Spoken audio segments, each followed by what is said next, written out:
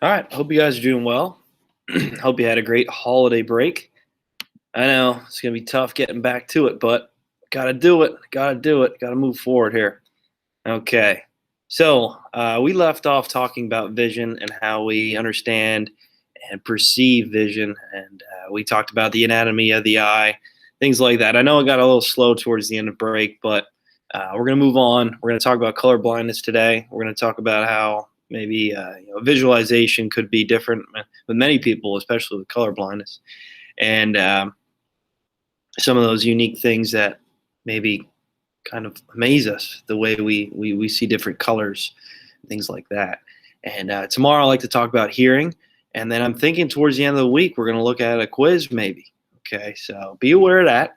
I'll keep you updated on the quiz, whether or not we're going to have one or not, or what's it going to be on, you name it. So no need to worry about it just yet, but I'll keep you updated. All right, so real quick, I'll go over the visual cortex. So visual cortex, we know that our visual cortex brain begins working by transforming neural impulses into visual sensations, color, form, boundary, and movement. Okay, we already talked about how the occipital lobe is, understanding what we're perceiving, what we're visualizing. Okay, and then perception is formed right through neural impulses, and we can understand what we're looking at, what color it is, how far away that item might be. Okay, how large that item might be. Now that was interesting. That one article we read where they had that person from the forest never stepped foot outside the forest. Everything he visualized far away, he thought was very tiny, very small. And then obviously with movement, how he couldn't understand how fast things were moving. And let's say he was walking across the street, he saw a car coming, he thought it was very tiny. It's not going to hurt me. And obviously, once it got closer and closer and closer, it's like, whoa, wait a minute, this thing's large, this thing's huge. If I stepped out in front of it, it would have smoked me. And he couldn't understand the depth perception. He couldn't understand how large that car was, right? And I thought it was interesting. Like we came up with many examples of how that person might be affected because of his perception of vision and what he's visualizing. All right, but anyway, to do all these things at once, this is called parallel processing. Okay, how we can visualize color, see motion, okay, see the form and really background objects of things, and then depth, how far away things are from us. Okay, and when we're driving a car, it's amazing how we can parallel process a lot of these things all at once. And especially like the first time we're driving, it might be a shock. It might be we're almost standing on pins and needles because we see so many things going on at once. But after you drive over and over and over again, you can really just do it without thinking. There's many times I got in a car, I kind of daze off, which is not good to say, but when I'm listening music or listening to a song that I really like, it's like, oh, I'm already home. Cool, not bad. All right, so after images. This is interesting, especially with the different colors of cones in our eyes, the pigments of cones in our eyes, with green, blue, and red in particular. Okay, but this is an interesting, I guess you could say, experiment or activity that you can do on your own. If you stare at, stare at the eye of the red parrot and slowly count to 20, then immediately look at the one spot in the empty bird cage. A faint ghostly image of a blue-green bird should appear in the cage. And that happens to everybody, right? If you stare at an item for a long period of time, okay, and especially with the colors of red and green, okay, if you look at that for a long, long time, and then you quickly glance at something different, you can still see that image, and it will be a different color. So, like, let's say you look at the red, and obviously focusing on the green, you can still see the green image. Okay, when you stare off into an image, let's say this bird cage, you can see you can see a blue image of a bird, and that's what they call after images. Okay, even though that image is not there, if you're staring and focusing on something for a long, long period of time, especially with colors like this, red and green, a bright red and green, you can see the after image, which is a combination of the both green and red, which is almost like a blue purplish color, and it's pretty interesting to understand. And it happens many, many times. It happens a lot when I am, watching TV, or if I'm playing a video game. Okay, if I'm really focusing on an item for a long period of time, a bright light, you can still see that light flashing, almost like a dim version of it when you look away and when that's not present anymore. Those again are called after images. All right, so opponent processing theory is really the combinations of this yellowish, bluish, green color, okay, the red and blue. People that are colorblind, they have an issue with this because it kind of looks all the same. Right? A lot of these images, almost to a point, it looks very similar. And with opponent processing theory, there are some color combinations that we never see, such as reddish greenish or yellowish bluish. Color perception is controlled by the activity of two opponent systems, a blue-yellow mechanism, red-green mechanism. Okay, and these are visualizations. Although we don't see these things, okay, this is a combination of the two coming together, which is really pushing our red cones, right, our photopigments of red cones, and then green photopigments in our eyes to almost be tricked.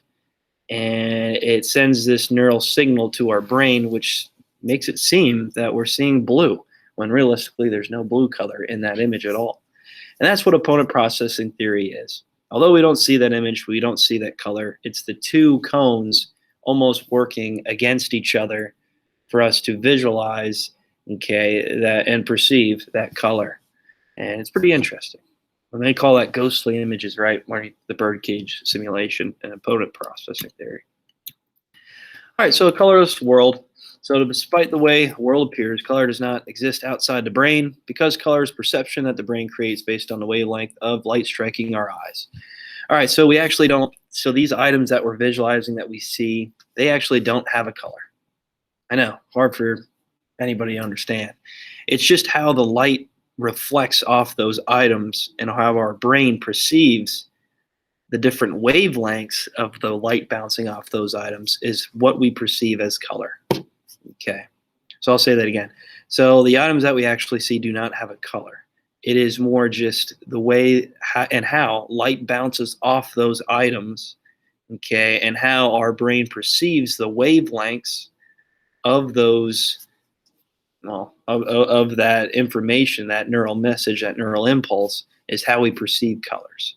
Okay, so every different color, okay, every different shade has a different wavelength, which allows us to perceive that information, to send that neural impulse to our brain. Okay, which is pretty interesting. All right, so color blindness. All right, this is interesting. I know my dad's colorblind, and it's hard for him to see different colors, and especially with this, with these, especially green and red. It's hard for them to really depict that and to see these colors because of the brown, the almost tan coloring, and the red and green photoreceptors he has. The opponent processing theory causes him to have a problem and an issue with reading these numbers inside of these different dots. And if you know anybody, which many people know someone that is colorblind, this is obviously something that they could have an issue with. And it's genetic, right? It's not like a disease someone picks up that they're colorblind. It's genetic. A lot of it is traveled through the mother. Okay, so your mom would have a recessive trait for a color blindness, and some cases happen, not often, that the offspring picks up this recessive trait where they can't visualize or see, and their photoreceptors can't pick up these different pigments, these different colors. It's hard for them to pick up. All right, so right here we can see 74. That's what I see anyway in green. So 74, okay, in greenish color, and my dad cannot see that at all whenever I ask him. 68, okay, 68 in red, in a brown, blackish, tannish coloring. Again, my dad can't see that at all either. It was funny, we were watching the color, what do they call it? Their football games. It's called like Shaka color or something like that. And the Jets wore this green, black, dark green and black uniforms, and the Buffalo Bills wore blue and red, dark uniforms. And it came to a point he didn't even know what he was watching. Like the color was just all infused together. It was hard for him to see. The only way he could know was just the logos on the helmets. It was pretty cool. Well, not cool, but it's unfortunate for him. But it's just how he visualizes it. And then here's various types of color blindness. Again, there's not just one specific kind. There's multiple different kinds of color blindness. And these flags really represent it, the different shades of the blue and the red, the white together, all right, the dark coloring, the pigments. And with this flag here, we can obviously tell that there's green stripes. For someone that might be colorblind, it might be hard for them to depict, if it's brown, if it's bright red, dark blue, it might be hard for them to visualize that. And that's someone that is totally colorblind with V. This is what they visualize. This is what they see.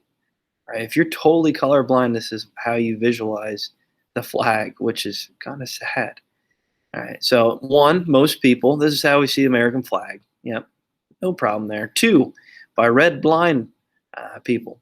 Okay. So 2 is right here. Right. So red blind, people that have red blind color, they can't see the red stripes. They almost show like green. That'd be weird, huh? 3, green blind people. So I think this looks very similar. The blue is a little darker. The red's a little darker. But other than that, I kind of think it still looks like American flag. IV, 4, say violet blind people. So violet blind, the blue almost looks like a black. And again, I don't think that is too different. I mean, yeah, the blue is black, but other than that, you can tell it's American flag and the colors of it as well. If anything, I would just think it's a little shaded. But yeah, the blue appears black. And then V5, wow, I couldn't imagine living life like that. Can't see any colors. That'd be terrible. But there's different variations of it as well, depending on the pigment of your cones and the opponent processing theory between those pigments and those cones. All right, the light spectrum. All right, so I'm going to share a video with you. I want you to understand, look at that, and take note of it, because that will be showing up on a quiz, this light spectrum. Okay, and there's different types of wavelengths, different types of amplitude, okay, frequency, which I'd like you to know. All right, so take note to that video, and we'll review it tomorrow for the bell ringer, and I want you to really take note of that. So please watch that, understand the light spectrum, okay, different wavelengths, amplitude, frequency, and that will probably be, like I said, on a quiz. So make sure you understand that. Again, we'll review it. We'll go over it in bell ringer. There's just too much right now I want to go over and cover. I don't want to make this video too long. So there you go. Have a good one. Take care. See you later.